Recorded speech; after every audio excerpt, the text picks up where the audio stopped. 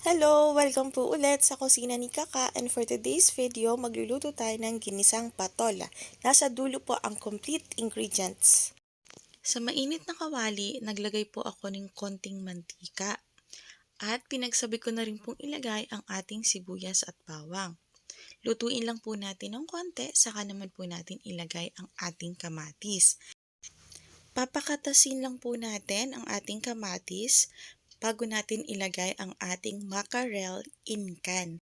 Mas nag-a-add po kasi ng flavor and color kapag lutong-luto yung kamatis or parang ganyang durog na siya. Nilagay ko na rin po pala ang ating mackerel, syempre kasama ang kanyang sabaw. Sa punto pong ito, maglalagay na rin po ako ng paminta at asin para habang kumukulo siya, malinamnam na siya, may lasa na agad. Parang napadami ata yung asin ko. Pero hindi po yan, iodized naman yan, hindi siya masyadong maalat. At syempre, maglalagay din po ako ng tubig later. Pakukuluin ko lang po siya ng bahagya pa para lang mas mag-incorporate yung lasa. Incorporate! Ayan, naglagay na po ako ng 2 cups of water. Ilalagay ko na rin po ang ating gulay na patola na rich in vitamin A, kaya nakakatulong siya sa pag-enhance ng ating vision. And syempre, sabi, bukod sa pagiging healthy, nakakatulong din daw po sa pagpapayat. Kaya sa hindi kumakain ng patola dyan, try niyo po ang recipe na to, siguradong mag-i-enjoy kayo.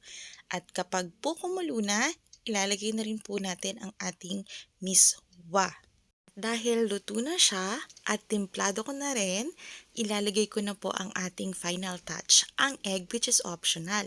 Yan po ay binating itlog at dahan-dahan ko lang pong binubuhos. Habang hinahalo, alam mo yung parang pang restaurant na effect ng egg? Dati, hindi ko alam kung paano to gawin. Ngayon, natutunan ko na kaya ko sinishare sa inyo. At dahil dyan, tapos na po ang ating luto. Baka naman. Kung nagustuhan niyo po, pahingin naman po dyan ng isang subscribe, like, and share. Thank you! Bye-bye!